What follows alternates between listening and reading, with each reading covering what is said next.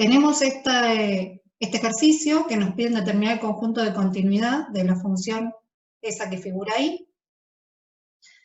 ¿Cuáles son los puntos para determinar la continuidad de una función? Las tres cosas que tiene que cumplir.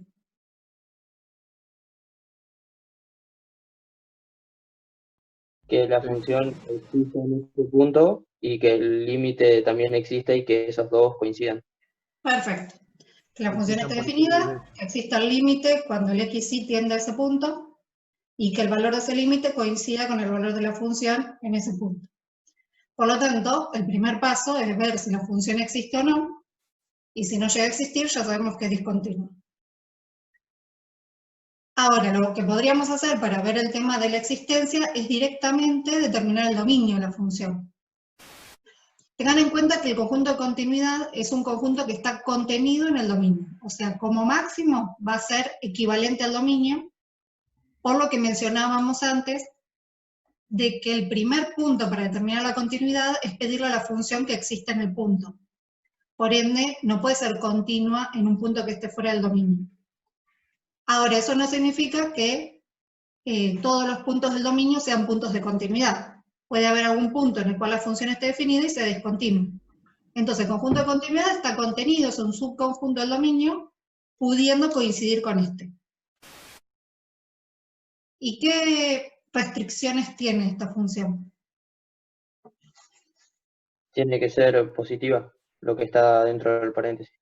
Bien, el argumento del logaritmo natural tiene que ser positivo.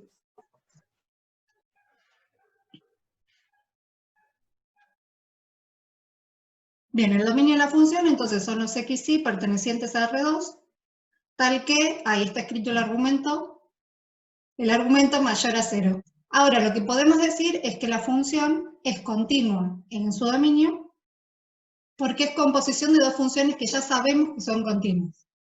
Y esa idea de que son continuas, que ya está demostrada, la usamos directamente. Decimos, bueno, la función se compone de un logaritmo natural y de un polinomio. Por ende, es continua en su dominio. Este ejercicio ya terminó acá, es como muy cortito. Se puede agregar la gráfica del dominio. Para graficar el dominio conviene primero determinar la frontera, ¿sí? Como vimos la clase pasada, pero con tres variables. Para la frontera tendríamos 1 más x cuadrado menos y cuadrado igual a 0. Y esto es lo que les mencioné en la clase anterior, que el hecho de que no esté el igual incluido en el dominio no hace que no lo podamos usar para determinar bien la frontera, aunque después digamos, bueno, esta frontera que me sirvió para dividir el plano en dos partes, no está en el dominio. Bien, la frontera entonces es ese argumento del logaritmo natural igualado a 0. Para reconocer bien cuál es la curva, la llevamos a la forma estándar, pasamos el y cuadrado sumando y el x cuadrado restando. Y entonces nos queda una hipérbola centrada en 0, 0, porque al y no se le está restando nada y al x tampoco.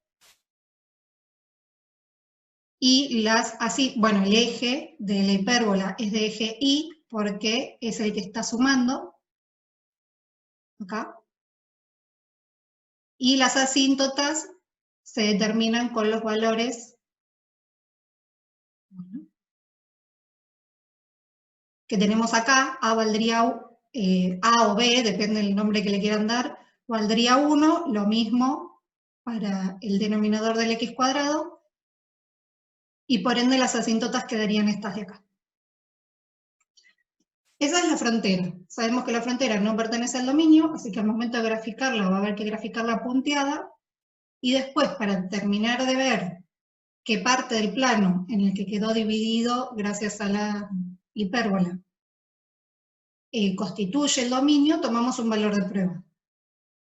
Voy a ir a la gráfica directamente, después vuelvo a esta cuenta para que se entienda mejor qué es lo que estoy haciendo.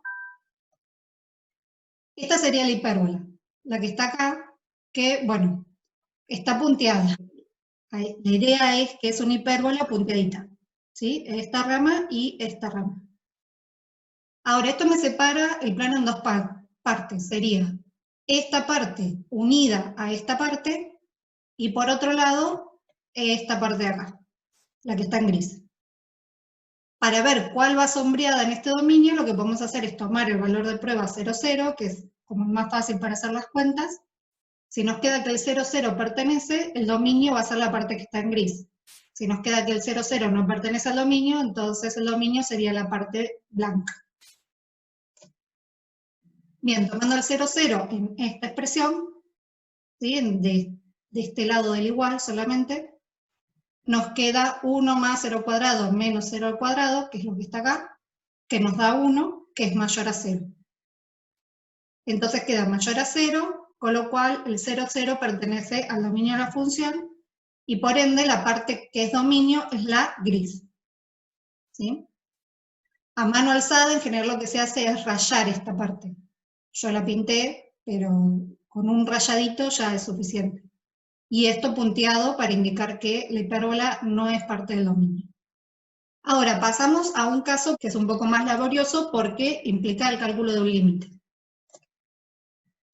Tenemos entonces una función a trozos, que es la que se ve ahí en la pantalla, y nos piden también el conjunto de continuidad. ¿Qué es lo primero que podríamos hacer o que tendríamos que hacer?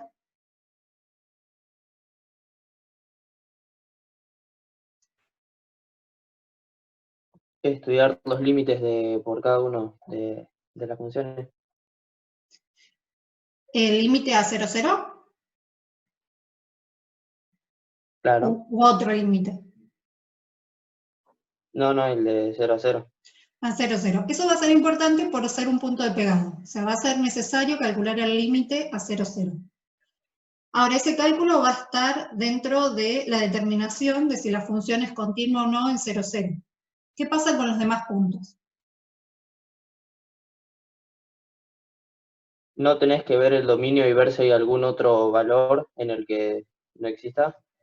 Bien, se puede determinar el dominio, o sea, como que por un lado va a haber que analizarlo en 0,0, y dentro de ese análisis va a haber que calcular el límite, y por otro lado va a haber que establecer el dominio para ver si hay algún otro punto conflictivo. En ese caso sería por inexistencia y por ende decir que no es continuo en tal otro lado. Bien, entonces arranquemos con, si bien hay que hacer todo eso y se puede hacer en distinto orden, se suele primero que nada definir el dominio porque como que el dominio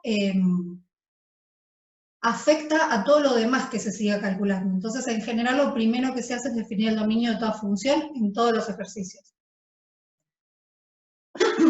Bueno, el dominio es todo el plano, es todo R2.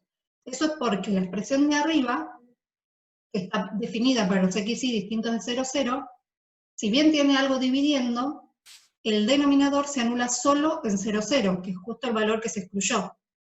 Entonces es una función racional, en la cual no se anula el denominador, porque el único valor, el único punto en el cual se anularía, está excluido. Así que esta expresión fuera de 0, 0 es continua. Y a su vez, g evaluado en 0, 0 vale 0. También existe. Por ende, el dominio es todo R2. Y por lo que dije antes respecto de esta función racional, que se anula el denominador solo en 0, 0, y que es una función racional, es continua donde está definida. ¿Sí? En R2 menos el 0, 0, todo esto es continuo. Entonces, g de x y es continuo en R2 menos el 0, 0 por ser equivalente a una función racional. O sea, g de x y no es una función racional, es una función a trozos. Queda equivalente a una racional cuando restrinjo el conjunto en el cual estoy haciendo esta declaración, digamos, lo restrinjo a R2 menos el 0, 0, ahí sí g de x y queda equivalente a una función racional. Y por ende es continuo. Faltaría ver entonces en 0, 0, que como dijimos antes, implica mirar que la función esté definida en 0, 0, calcular el límite y ver que esas dos cosas sean iguales entre sí. G en 0, 0 existe, vale 0. Y después pasamos al punto 2 a calcular el límite.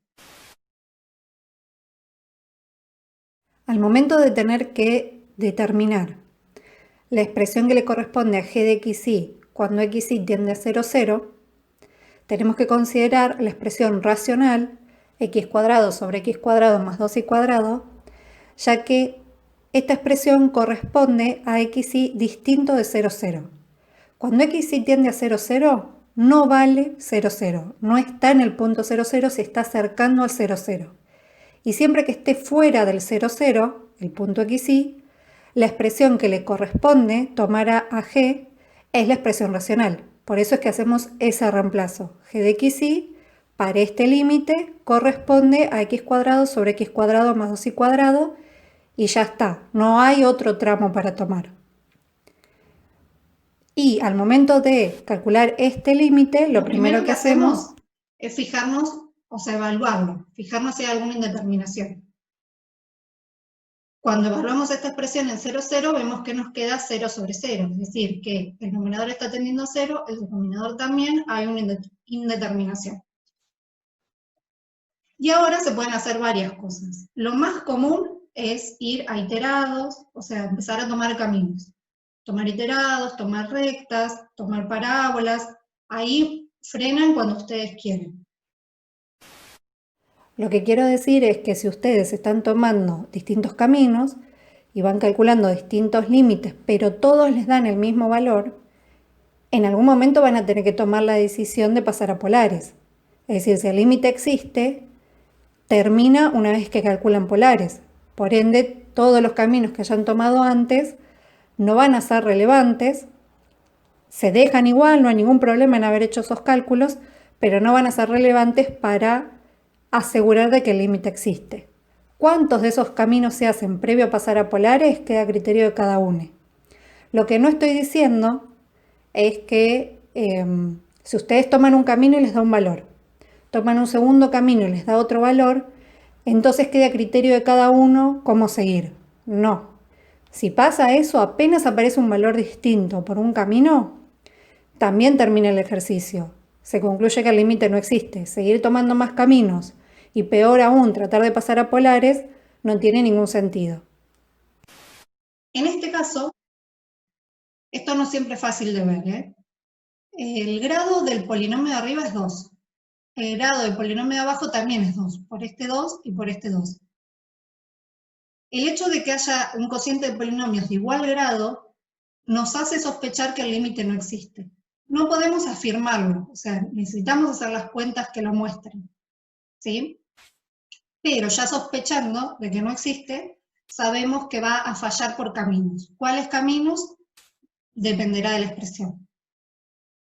O suponemos, más que sabemos, suponemos que va a fallar por caminos. Yo agarré los iterados y me queda, cuando esto vale 0, me queda x cuadrado sobre x cuadrado, lo simplifico, me queda 1, o sea que el límite vale 1.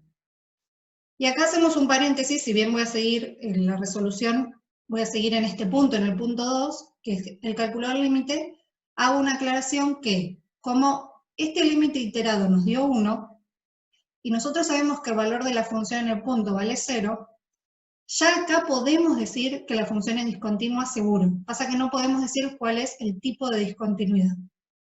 Decimos, la función es discontinua porque tengo dos posibilidades. O que el límite exista y valga 1, que es distinto de 0, en ese caso tendría una discontinuidad evitable, o que el límite no exista. Entonces tendría una discontinuidad inevitable. Entonces ahí yo ya puedo concluir, pero voy a seguir calculando el límite como para que veamos bien el tipo de discontinuidad. Calculo el otro iterado. Cuando tomo que esto tiende a 0, acá en esta expresión ya me queda el 0. Lo pueden dejar con 0 solo, no hace falta que escriban este sobre 2y cuadrado. Yo lo escribí a propósito porque a veces esto confunde un poco. Este límite, este de acá, vale 0. ¿Sí? No importa que acá abajo haya quedado un i y que el denominador tienda a 0. No importa porque 0 dividido cualquier cosa distinto de 0 vale 0. No importa lo chiquito que sea esa cosa, mientras que lo de abajo no sea 0, si fuese exactamente 0 lo de abajo estaríamos en una indeterminación y este límite habría que trabajarlo para poder concluir. Podemos concluir directamente que vale 0 todo ese límite porque lo de abajo no nos quedó tendiendo a 0. Cuando estoy pensando en x tendiendo a 0, ¿eh? Nos quedó tendiendo a 2y cuadrado. y arriba nos quedó tendiendo a 0. Entonces nos queda toda esta expresión que vale 0. Y el límite de y tendiendo a 0 de 0 es 0. Como 1 es distinto de 0, 1 es distinto de 0, el límite no existe, g de x y es discontinuo en 0, 0, y el tipo de discontinuidad que tiene es inevitable por no existir el límite. La clasificación es igual que en una variable, si el límite existe es evitable, si el límite no existe es inevitable, y ya no hacemos la distinción de asíntota o salto. Nos quedamos con inevitable y ya está. Bien, y entonces el conjunto de continuidad de G, en este caso no coincide con el dominio, es R2 menos el 0, 0. ¿Alguna duda? Entonces, el dominio son todos los reales del plano y el conjunto de continuidad son todos los reales del plano menos el 0, 0. Perfecto. Ah, perfecto.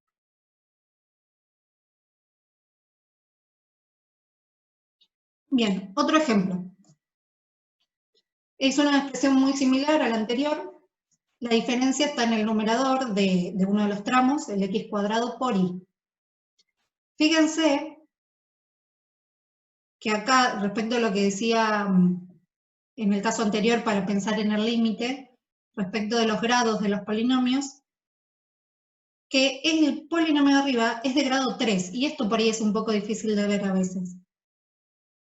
Acá tenemos al cuadrado multiplicado por i a la 1.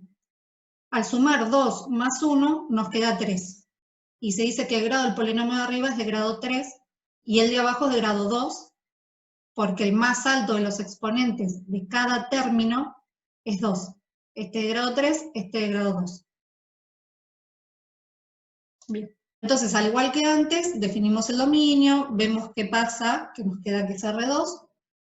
Es R2 por lo mismo que antes. El numerador solo se anula el denominador solo se anula en 0, 0, que está excluido de esta parte. Y entonces está definido en todo R2 menos el 0, 0, y después en 0, 0 tenemos esta otra definición, con lo cual quedó definido en todo R2. Y a su vez quedó continuo en R2 menos el 0, 0 por ser equivalente a una función racional en la cual no se anula el denominador. Y para ver la continuidad en 0, 0, igual que antes, primero definimos, nos fijamos si la función está definida en 0, 0 y vemos que sí, que está definida. Ahora, al momento de calcular el límite, al igual que antes, primero evaluamos. Una cosa que me salté antes, lo primero que se hace es evaluar para ver si hay indeterminación. Lo segundo que se hace es simplificar la expresión. Lo que pasa, esta expresión de acá, todo esto, lo que pasa es que tanto en el ejemplo anterior de g de x y como en este, no se puede simplificar. Ya está lo más simplificado que se puede. Bien, en este caso entonces correspondería empezar a tomar caminos. Se puede hacer, se puede ir iterados, rectas, parábolas, frenan cuando a ustedes les parece y van a polares. Ahora, lo que les mencionaba antes, ¿cómo el polinomio de arriba tiene mayor grado que el polinomio de abajo? Yo supongo que va a existir, y por eso me fui a polares directamente. ¿Sí? No es obligatorio que pasen por todos los pasos. Si es necesario que si ustedes concluyen que no existe, sea porque encontraron dos caminos que dieron distintos. Y si concluyen que sí existe, sea porque calcularon polares y les dio un valor. ¿Sí? Eso es lo esencial. Después, todas las otras cuentas que hacen, mientras que sean previo a esa conclusión, no hay ningún problema. ¿Sí? Con esto quiero decir que si yo calculo polares, llego a un resultado y empiezo a tomar caminos, está mal. Porque ya polares me dice que existe y que vale eso. Y entonces todo camino que tome me va a dar lo mismo, no tiene sentido que siga haciendo cuentas. Pero si los caminos los toman antes de calcular por polares, está bien, no hay ningún problema. ¿Sí? Así que eso queda medio a criterio de cada uno. Más que a criterio, a gusto de cada uno. Si prefieren tener como un procedimiento fijo para desarrollar siempre, tendrían que hacer iterados, rectas, parábolas y polares. Lo que pasa es que es mucho cuenterío y nadie les garantiza que vaya a servir absolutamente en todos los límites. Sí va a servir en la inmensa mayoría de los que veamos en MATEA, pero si el día de mañana si tienen que calcular un límite distinto, bueno, no hay garantía de que salga con ese recorrido. Y el que prefiere, por ahorrar cuentas, analizar la expresión primero para sospechar si existe o no y por qué en caso de no existir, por qué camino puede advertir la diferencia, también lo puede hacer, no hay ningún problema. Entonces, les decía, voy a polares, que es un cambio de variables, tomo x igual a r coseno de t, igual a r seno de t, también acá las letras que ustedes quieran, puede ser rho coseno de tita, rho seno de tita, reemplazo, y después, este cuadrado, lo distribuyo. Estos paréntesis los saqué directamente de r por seno de t. Este lo distribuyo. Y este lo escribo como r seno de t al cuadrado más r seno de t al cuadrado. O sea, yo tengo 2 veces r seno de t al cuadrado. Entonces lo escribí como una vez más otra vez. Bien. Acá, si todo lo demás está igual, ¿eh? Numerador lo dejé... Ah, no, perdón, acá. R cuadrado lo junté con este R, me quedó R cubo. Coseno cuadrado de t, seno de t quedó tal cual está. R cuadrado coseno cuadrado de t quedó tal cual estaba. Y acá distribuyo estos dos cuadrados en cada factor. Numerador queda como estaba. Saco R cuadrado, factor común del denominador, me queda toda esta expresión. Y ahora, coseno cuadrado de t más seno cuadrado de t vale 1. Y r al cubo lo simplifico con r cuadrado, me queda un r solo. Este límite existe y vale 0. Pero para ver que es así, me tengo que fijar que este r está tendiendo a 0 y que todo el factor que está multiplicando a eso que tiende a 0 no se vaya a infinito. O sea, tengo que garantizar que todo eso esté acotado. Fíjense que al tener en el numerador coseno de t y seno de t, ese producto va a estar acotado, porque, coseno cuadrado de t. Coseno cuadrado de t está acotado entre 0 y 1, seno de t entre menos 1 y 1, por lo tanto el producto está acotado. Y en el denominador, me tengo que fijar que sea imposible que se vaya a 0. Que para algún valor de t, o alguna tendencia de t, este denominador se vaya a 0. Y efectivamente, es así, no se va a 0 porque seno cuadrado de t está entre 0 y 1. Este término está entre 0 y 1, al igual que el coseno cuadrado de t. Al sumarle 1 va a estar entre 1 y 2. Por lo tanto, para cualquier valor, pero incluso función y tendencia de t, voy a tener que el denominador está acotado. Por lo tanto, todo este factor está acotado, multiplicado por algo que tiende a 0, se va a 0. ¿Alguna duda? Profe, yo tengo una duda, pero con el paso anterior. Sí, ¿en qué renglón, digamos? ¿Qué hubiese pasado si el límite era, en vez de tender a 0, 0, era tendiendo a 4 en X y 3 en Y? Acá, arriba, lo evaluás. Ahí. Lo evaluás y te va a dar un número. Y pones a resolver directamente. ¿Sí? Claro, pero si lo quiero hacer con polares, ¿qué valor tendría R? Ah, si está indeterminado, o sea, si fuese x menos 4 al cuadrado, y menos 3 al cuadrado, tiende a 4, 3, ¿eso? Claro, si te queda 0, 0. Bien, en ese caso, en los ejemplos que veamos en MATEA, en general se va a poder simplificar. Va a ser raro que necesiten ir a polares, pero eventualmente habría que sumar 4 acá, y el otro valor era 3, sumar 3 acá. Ah. ¿Sí? De esa forma tienen discos, esto es un disco, ¿no? Toda esta expresión, bueno, no, acá. Toda esta expresión son los x y que conforman un disco de radio R y t entre 0 y 2pi. ¿sí? Un disco, un círculo. Ese círculo está centrado en 0, 0, por eso cuando R tiende a 0, el XY tiende a 0, 0. Pero si yo quiero que cuando R tienda a 0, el XY tienda a otro valor, tendré que sumarlo acá, esos dos valores del centro de ese disco o de ese círculo, los tengo que sumar acá, ¿sí? Si yo quiero que cuando el R tienda a 0, el X tienda a 1, 2, por ejemplo, pongo más 1 y más 2. Pero bueno, no, en Mate A creo que no tenemos ningún ejemplo en la guía que precise eso. ¿Alguna otra Ahora, duda?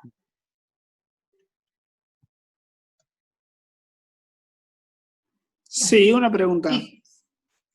En el caso de que en vez de estar en el denominador x al cuadrado estuviera x a la cuarta potencia, ¿se puede poner intercambiar x cuadrado por otra variable para simplificar potencia o no?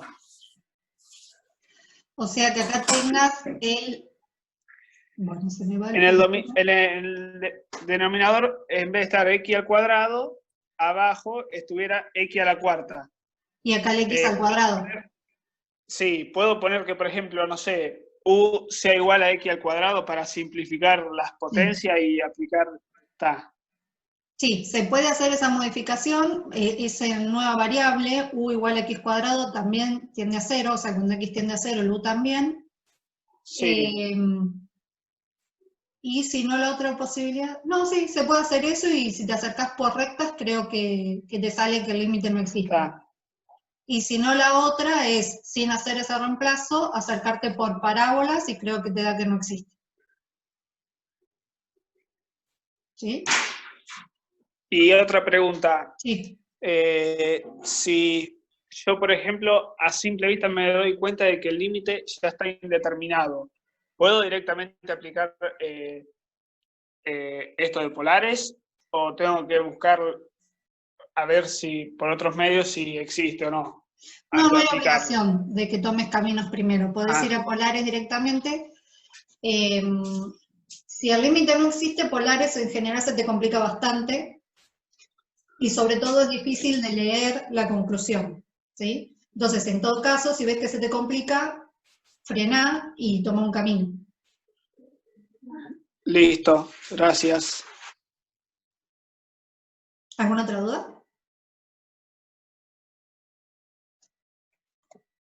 Bueno, entonces estábamos con este límite, el límite de h para x tendiendo a 0, 0, nos queda que vale 0. Y h en 0, 0 valía 0, entonces el punto 3 se cumple, entonces h de x es continuo en 0, 0, y entonces el conjunto de continuidad es todo R2. Para esta última conclusión nos estamos basando tanto en esta conclusión como en la que teníamos antes en esta. ¿Sí? Estamos unificando en una sola oración esto y esto. ¿Sí? Decimos es continuo en todo R2 salvo el 0, 0, después decimos que es continuo en 0, 0, conclusión es continuo en todo R2. Y con eso creo que terminamos. Sí.